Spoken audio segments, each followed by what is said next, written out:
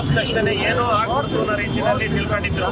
ಆದರೆ ಕಾಂಗ್ರೆಸ್ ಪಕ್ಷ ಒಂದು ರಾಷ್ಟ್ರೀಯ ಪಕ್ಷ, ಜವಾಹರ್ಲಾಲ್ ನೆಹರು ನೇತೃತ್ವದಲ್ಲಿ ಪ್ರಾರಂಭವಾದಂಥದ್ದು ಇವತ್ತು ರಾಹುಲ್ ಗಾಂಧಿ ಅವರಿಗೂ ನೇತೃತ್ವದಲ್ಲಿರ್ತಕ್ಕಂಥ, ಮಲ್ಲಿಕಾರ್ಜುನ ಖರ್ಗೆ ಅವರ ನೇತೃತ್ವದಲ್ಲಿರ್ತಕ್ಕಂಥ ನಮ್ಮ ಕಾಂಗ್ರೆಸ್ ಪಕ್ಷ ನ್ಯಾಷನಲ್ ಪಾರ್ಟಿ, ಇದು ಯಾವತ್ತೂ ಈ ರಾಷ್ಟ್ರೀಯ ಪಕ್ಷ ಇವತ್ತಲ್ಲ ಒಂದು ಸೋಲು ಒಂದು ಗೆಲುವು ಏನೂ ಮಾಡೋಕ್ಕಾಗೋದಿಲ್ಲ ಪಕ್ಷಕ್ಕೆ ಅನ್ನೋದಕ್ಕೆ ಇವತ್ತು ರಾಜ್ಯದಲ್ಲಿ ನಡೆದಿರ್ತಕ್ಕಂಥ 3 ಉಪಚುನಾವಣೆಗಳಲ್ಲಿ ಕಾಂಗ್ರೆಸ್ ಪಕ್ಷದ 3 ಅಭ್ಯರ್ಥಿಗಳು ಅತಿ ಹೆಚ್ಚು ಮತಗಳಿಂದ ಜಯಗಳಿಸಿರೋದಕ್ಕೆ ಕಾರಣಕರ್ತರು ನಮ್ಮ ಕಾಂಗ್ರೆಸ್ ಪಕ್ಷದ ಕಾರ್ಯಕರ್ತರು ಮತ್ತು ನಮ್ಮ ರಾಜ್ಯದ ನಮ್ಮ ನೆಚ್ಚಿನ ಮುಖ್ಯಮಂತ್ರಿಗಳಾಗಿರ್ತಕ್ಕಂಥ ಸನ್ಮಾನ್ಯ ಸಿದ್ದರಾಮಯ್ಯನವರು ಮತ್ತು ಡಿ.ಕೆ. ಶಿವಕುಮಾರ್ ಅವರಿಗೆ ನಾನು ಈ ಸಂದರ್ಭದಲ್ಲಿ ಅಭಿನಂದನೆಗಳನ್ನು ಸಲ್ಲಿಸಲಿಕ್ಕೆ ಬಯಸ್ತಾ ಇದ್ದೇನೆ.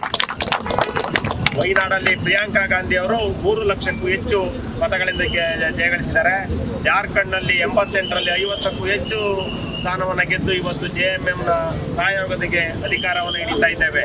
ರಾಜ್ಯದಲ್ಲಿ ಬಹುಶಃ 3ಕ್ಕೆ 3 ಉಪಚುನಾವಣೆಯಲ್ಲಿ ಚನ್ನಪಟ್ಟಣದಲ್ಲಿ CP ಯೋಗೇಶ್ವರ್ ಅವರು, ಶಿಗ್ಗಾಂವಲ್ಲಿ ಪಠಾಣ್ ಅವರು, ಮತ್ತು ಸಂಡೂರಿನಲ್ಲಿ ಅನ್ನಪೂರ್ಣ ತುಕಾರಾಮ್ ಅವರು 3 ಜನ ಇವತ್ತು ಏನು ಈ ನಮ್ಮ ಕೆಲವು ಎಕ್ಸಿಟ್ ಪೋಲ್ನ ಬಂದಿದ್ವಿ, ಆ ಎಕ್ಸಿಟ್ ಪೋಲ್ನ ಉಲ್ಟಾ ಮಾಡಿ ಜನ ಇವತ್ತು ನಿಜವಾದ ಚುನಾವಣೆಯ ರಿಸಲ್ಟನ್ನು ಫಲಿತಾಂಶವನ್ನು ನೀಡಿರೋದ್ರಿಂದ ನಾವು ರಾಜ್ಯದ ಏನು ಸಂಡೂರು ಮತ್ತು ಶಿಗ್ಗಾಂವು ಚನ್ನಪಟ್ಟಣದ ನಮ್ಮ ಕಾರ್ಯಕರ್ತರಿಗೆ ಮತ್ತು ಅಲ್ಲಿನ ಮತದಾರ ಬಂಧುಗಳಿಗೂ ಸಹ ನಾವು ಧನ್ಯವಾದವನ್ನು ಈ ಸಂದರ್ಭದಲ್ಲಿ ಸಲ್ಲಿಸಲಿಕ್ಕೆ ಬಯಸ್ತಾ ಇದ್ದೇವೆ.